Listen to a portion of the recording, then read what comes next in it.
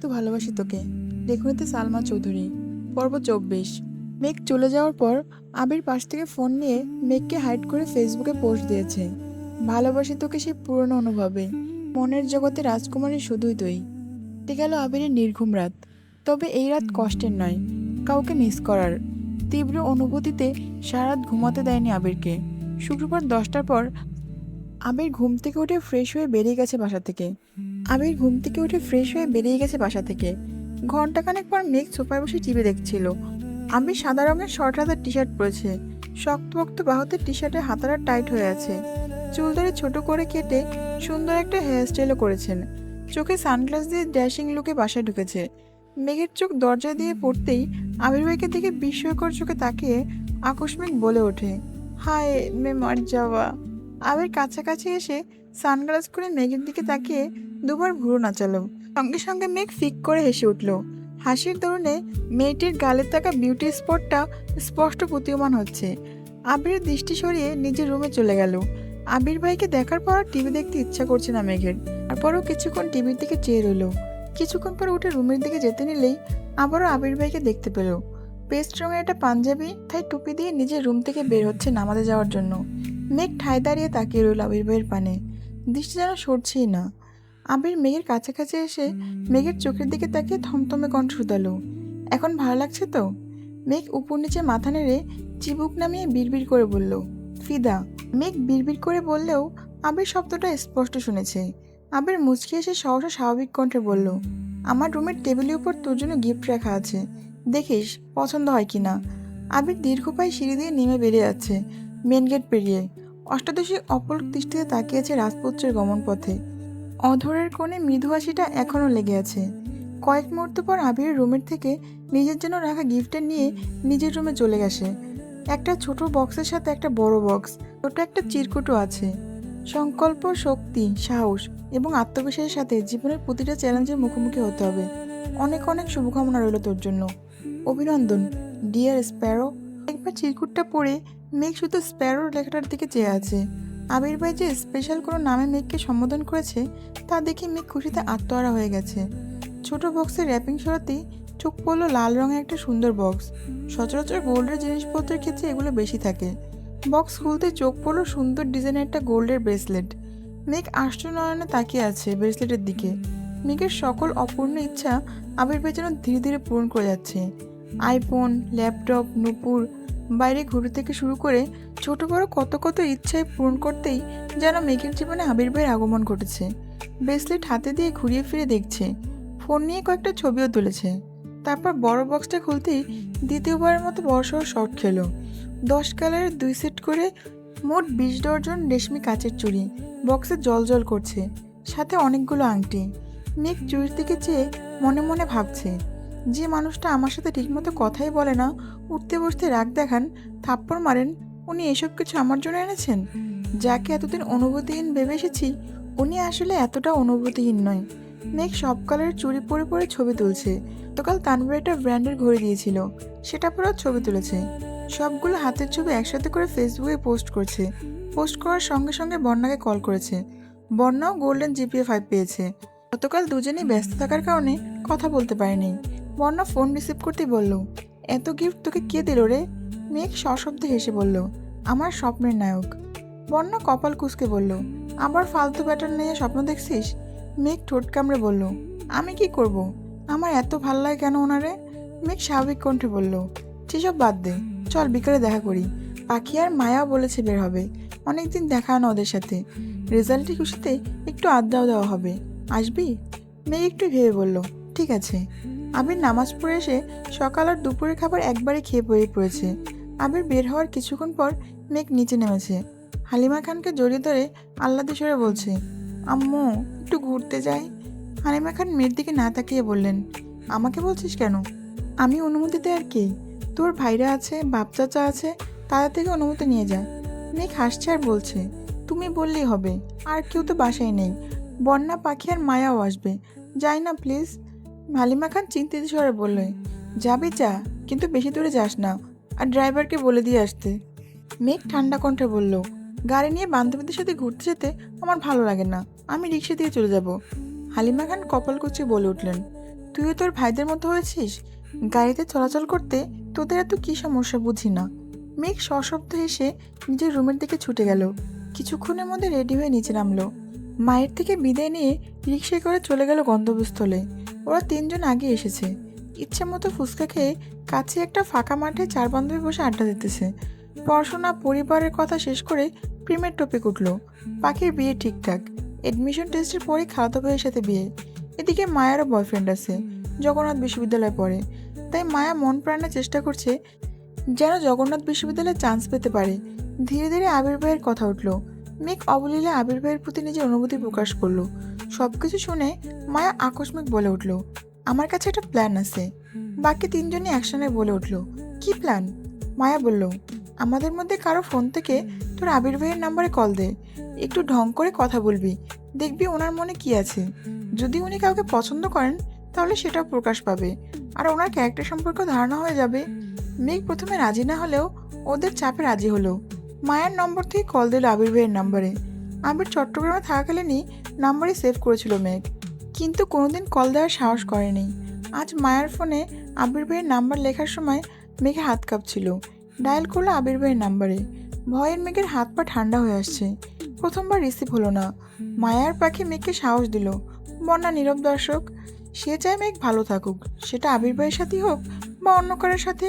যে মেঘকে ভালো রাখবে সেই ভালো। দ্বিতীয়বার কল দিয়েছে।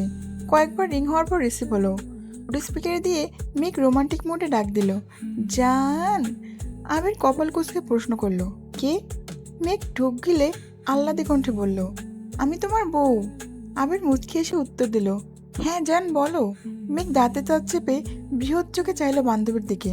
রাকিব ডেকে উঠল, কে রে আবির, কার সাথে কথা বলিস?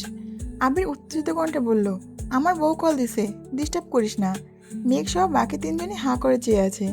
মায়া কল মিউট করে মেঘের কানে কানে কি যেন বলল। আনমিউট করে মেঘ স্বাভাবিক কণ্ঠে বলল, আই মিস ইউ জান। আবির নিঃশব্দে হেসে উত্তর দিল, আই মিস ইউ টু জান। কোথায় আছো বলো, আমি এক্ষুনি আসছি। আবিরের মুখে এমন কথা শুনে মেঘ তাজ্জব বনে গেল। নিঃশ্বাস যেন গলায় আটকে যাচ্ছে। শরীর ঘামতে শুরু করেছে। নিজের কানকে তো বিশ্বাসই করতে পারছে না। প্রেমিকা সুলভ মনে এক মুহূর্তে আধার নেমেছে। চেনা নেই জানা নেই আননোন নম্বরে কোন মেয়ের সাথে আবির ভাই এভাবে কথা বলবেন সেটা মেঘ ভাবতেই পারছে না। মেঘ এক হাতে মাথা চেপে ধরেছে। আবির পুনরায় প্রশ্ন করলো, কি হলো, কথা বের হচ্ছে না গলা দিয়ে? মায়ার পাখির ঠেলায় মেঘ ধীর কণ্ঠে বলল, কিছু না। আবির এবার স্বভাবসুলভ গম্ভীর কণ্ঠে প্রশ্ন করলো, কোথায় বসে বাদরামি করা হচ্ছে শুনি? আবির ভাইয়ের প্রশ্নে মেঘ আরও বেশি আশ্চর্য হলো। কয়েক মুহূর্ত নীরব থেকে কাঁপা কাঁপা কণ্ঠে বলল, মানে? আবির কণ্ঠ দ্বিগুণ ভারী করে জবাব দিল, বাসায় থেকে একা বের হয়েছিস, একবার জানানোর প্রয়োজন মনে করলি না? এত বড় হয়ে গেছিস? মেঘের চোর কোটর ছেড়ে বেরিয়ে আসা অবস্থা হলো। শুধু দীর্ঘশ্বাস ফেলছে। এভাবে আবির ভাইয়ের কাছে ধরা পড়ে যাবে এটা ভাবতেও পারিনি। লাউডস্পিকার অফ করে ফোন কানে ধরেছে। মেঘকে নিশ্চুপ থাকতে দেখে আবির নীরব কণ্ঠে বলল, যেখানে নিঃশ্বাসের শব্দ আমি তোর অস্তিত্ব উপলব্ধি করতে পারি, সেখানে তোর কণ্ঠ আমি চিনব না? ভাবলি কি করে? মেঘ পাথরের ন্যায় বসে আছে। আবির ভাই কি বলছে তার কিছুই মাথায় ঢুকছে না। সে যে ধরা পড়ে গেছে এটা ভেবেই লজ্জায় মরে যেতে ইচ্ছে করছে। আবির ভাই কি না কি ভাববে। থাপ্পড় না দিয়ে বসে আবার। থাপ্পড়ের কথা মনে পড়তেই সঙ্গে সঙ্গে গালে হাত দিল মেঘ। আবির পুনরায় প্রশ্ন করলো, কোথায় আছিস? মেঘ তখনও গালে হাত দিয়ে নিস্তব্ধ হয়ে বসে আছে। আবির রাগান্বিত স্বরে বলল, কি হলো বল। মেঘের গলা কাঁপছে। কোনো রকম জায়গা নামটা শুধু বলল। আবির স্বাভাবিক কণ্ঠে জানালো, আমি কিছুক্ষণের মধ্যে আসছি। বলেই কলটা কেটে দিল। আবির ভাই কল কাটতেই অষ্টাদশী আকাশের পানে চেয়ে বড় করে দীর্ঘশ্বাস ছেড়ে বলল, আল্লাহ বাঁচাও আমায়, আর জীবনে এমন কাণ্ড করব না, এবারের মতো বাঁচিয়ে নাও। বন্যা চিন্তিত স্বরে শুধালো, কি হয়েছে, বকা দিছে? পাখি আর মায়াও অবুঝের মতো চেয়ে আছে। মেঘ এপাশ ওপাশ মাথা নেড়ে জানালো, কিছুক্ষণের মধ্যে আসবে, দোয়া কর যাতে মাইর না খাই। এই কথা শুনে পাখি, মায়া আর বন্যা ততস্থ হয়ে গেছে। সবাই চিন্তায় পড়ে গেছে। ফাজলামো করতে গিয়ে এভাবে সিরিয়াস হয়ে যাবে ভাবতেই পারেনি। কিছুক্ষণের মধ্যে একটা বাইক এসে থামলো রাস্তার পাশে। সেই নামাজের সময় পরা পাঞ্জাবিটা দেখে মেঘ চিনতে পারল। মেঘ সেদিকে চেয়ে দাঁতে দাঁত চেপে ভয়ে ভয়ে বলল, আবির ভাই। বাকি তিনজনের নজর পড়ল সে দেখে। আবির বাইক থেকে নেমে বাইকের সাথে হেলান দিয়ে দাঁড়িয়ে হেলমেট খুলছে। বন্যা আবির ভাইকে দেখিলেও পাখি আর মায়া আগে কখনো দেখেনি। মায়া উত্তেজিত কণ্ঠে বলল, উনি কি আবির ভাই? বন্যা জবাব দিল, হ্যাঁ। মায়া পুনরায় বলল, আল্লাহ কি হ্যান্ডসাম, মাশাল্লাহ। এত কিউট জানলে আমি কথা বলতাম, পটিয়ে আমার করে নিতাম। মেঘ রাগান্বিত স্বরে বলে উঠল, আমার আবির ভাইয়ের দিকে কেউ নজর দিবি না বলে দিলাম। কথাটা বলেই মায়ার ফোন নিয়ে সেখান থেকে আবির ভাইয়ের নাম্বারটা ডিলিট করে ফোন রেখে নিজের পাশ দিয়ে রাগে ফুঁসতে ফুঁসতে উঠে চলে গেল।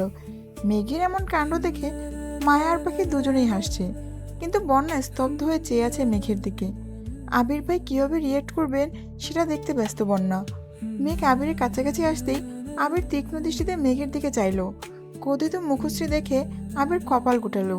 মেঘের সরু নাকের ডগা ফুলে উঠেছে, ঘামে চিকচিক করছে মুখ, সাথে লাল হয়ে আছে দুগাল। মেঘ কাছাকাছি আসতেই আবির ঠান্ডা কণ্ঠ শুধালো, রাগ উঠেছে কেন? আড্ডা দিলে যা, আমি ওয়েট করছি, সমস্যা নেই। মেঘ রাগে ফুঁসতে ফুঁসতে উত্তর দিল, আড্ডা দিব না, চলে যাব। আবির চিন্তিত স্বরে বলল, কি হয়েছে? কে কি বলেছে? মেঘ মনে মনে বলছে, আপনার উপর কারো নজর আমি সহ্য করতে পারবো না। আবির ঠান্ডা কণ্ঠে শুধালো, চলে যাবি? মেঘ উপর নিচে মাথা নাড়ল। আবির নিজের হেলমেটটা মেঘের নিজের মাথায় পরিয়ে দিচ্ছে। মেঘ ভুরু কুচকে আবির ভাইয়ের দিকে চেয়ে প্রশ্ন করলো, এটা তো আপনার হেলমেট, আমায় দিচ্ছেন যে? আবির ভারী কণ্ঠে উত্তর দিল, রাকিবের হেলমেট নিয়ে আসছি, আমি ওইটাই পরবো। এই দৃশ্য তিন বান্ধবী অবাক চোখে দেখছে। বন্যা এবার স্বস্তি নিঃশ্বাস নিচ্ছে। আবির ভাই রিয়েক্ট করেনি, সেই অনেক। পাখি হাসি মুখে বলছে, মেঘ ওনাকে পেলে সত্যি অনেক হ্যাপি থাকবে। দোয়া করি মেঘ যেন ওনাকে পেয়ে যায়। মায়াও সঙ্গে সঙ্গে তাল মেলালো। কয়েক মুহূর্ত পর আবির ভাই বাইক স্টার্ট দিয়ে চলে গেল। ওরা তিনজনও যে যার বাড়ির উদ্দেশ্যে রওনা দিল। আবির মেঘকে একটা ভালো মানের হেলমেটের আউটলেটে নিয়ে গেছে। মেঘকে লেডিস হেলমেট পছন্দ করতে বলে আবির সাইডে বসে আছে। মেঘ ঘুরে ঘুরে দেখছে। অনেক ঘুরে তিনটা হেলমেট নিয়ে হাজির হলো আবিরের সামনে। ছোট করে প্রশ্ন করলো, কোনটা নিব? আবির তিনটা হেলমেট পাশে রেখে ভারী কণ্ঠে বলল, আমার জন্য পছন্দ করে নিয়ে আয়। মেঘ আহাম্মকের মতো চেয়ে আছে, নড়ছেও না জায়গা থেকে। আবির কপাল কুঁচকে তাকালো, গম্ভীর কণ্ঠে বলল, কি বললাম আমি? মেঘ চুপচাপ চলে গেল। অনেক খুঁজে দুটি নিয়ে আসছে। আবির সবগুলো হেলমেট ভালোভাবে দেখে প্যাকিং করে দিতে বলল। মেঘ বিস্ময় চোখে চেয়ে কোমল কণ্ঠে বলল, এত হেলমেট নিয়ে কি করবেন? হেলমেট তো একটা হলেই হয়। আবির চোখ রাঙিয়ে মেঘের দিকে চাইল। মেঘ সঙ্গে সঙ্গে চিবুক নামালো গলায়। মনে পড়ে গেল হিজাব কেনার ঘটনা। মনে মনে বলছে, কি মানুষ রে বাবা, আমি কনফিউজড হয়ে ওনার কাছে এনেছি আর উনি পছন্দ না করে সবগুলোই নিয়ে নিলেন। আমি যদি জানতাম উনি পাঁচটাই নেবেন তাহলে আমি দুইটা হেলমেটই বেছে নিয়ে আসতাম। হেলমেট কিনে বের হয়ে আবির ভারী কণ্ঠে শুধালো, কাচ্চি খাবি? মেঘ স্বাভাবিক কণ্ঠে উত্তর দিল, হাবি যাবে অনেক কিছু খেয়েছে, এখন না কিছু খেতে ইচ্ছে করছে না। আবিরও কথা বাড়ল না। মেঘকে বাহার সামনে নামিয়ে নিজের মতো চলে গেছে। মেঘ হেলমেটগুলো আবির ভাইয়ের রুমে রেখে নিজের রুমে এসে রেস্ট নিয়ে পড়তে বসেছে। বেশ কিছুদিন চলে গেছে। মেঘের পড়াশোনার চাপ বাড়ছে। বিভিন্ন বিশ্ববিদ্যালয়ে আবেদন ছাড়ছে, ভর্তি পরীক্ষা ঘনিয়ে আসছে। পড়াশোনার ব্যস্ততার মাঝেও রোজ নিয়ম করে আবির ভাই অফিসে যাওয়ার সময় এবং রাতে ফেরার সময় বেলকনিতে দাঁড়িয়ে দেখে। আবিরও অফিসের কাজে ব্যস্ত হয়ে পড়েছে। চারদিক সামলাতে যথারীতি হিমশিম খাচ্ছে। একদিন মেঘের কাচ্চি খেতে খুব ইচ্ছা করছে। তানভীর ভাই নির্বাচনের কাজে ব্যস্ত, তাই ফোন দিতে সাহস হচ্ছে না। মিমের কাছে গিয়ে বলতেই মিম সঙ্গে সঙ্গে বলে উঠল, ভাইয়াকে বলো নিয়ে আসতে। মেঘ ঢুক গিলে বলল, আমি বলতে পারবো না, তুই কল দিয়ে বল। মিম ভয়ে ভয়ে জানালো, আমি বলবো? মিম টেলিফোন থেকে আবিরকে কল দিল। আবির রিসিভ করতে মিম বলল, আসসালামু আলাইকুম ভাইয়া। আবির স্বাভাবিক কণ্ঠে উত্তর দিল, ওয়ালাইকুম সালাম, কিছু বলবি? মিম আকস্মিক বলে উঠল, আপুর কাচ্চি খেতে ইচ্ছে করছে। মেঘ রাগে মিমের দিকে তাকিয়ে দাঁতে দাঁত চেপে কিরমির করে বলছে, তুই আমার কথা বললি কেন? আবির কণ্ঠ ভারী করে প্রশ্ন করলো, মেঘ কোথায়? মিম মৃদু এসে বলল, এখানেই আছে। আবির রাগান্বিত কণ্ঠ বলল, ওর কি ফোন নেই নাকি ও কথা বলতে পারে না?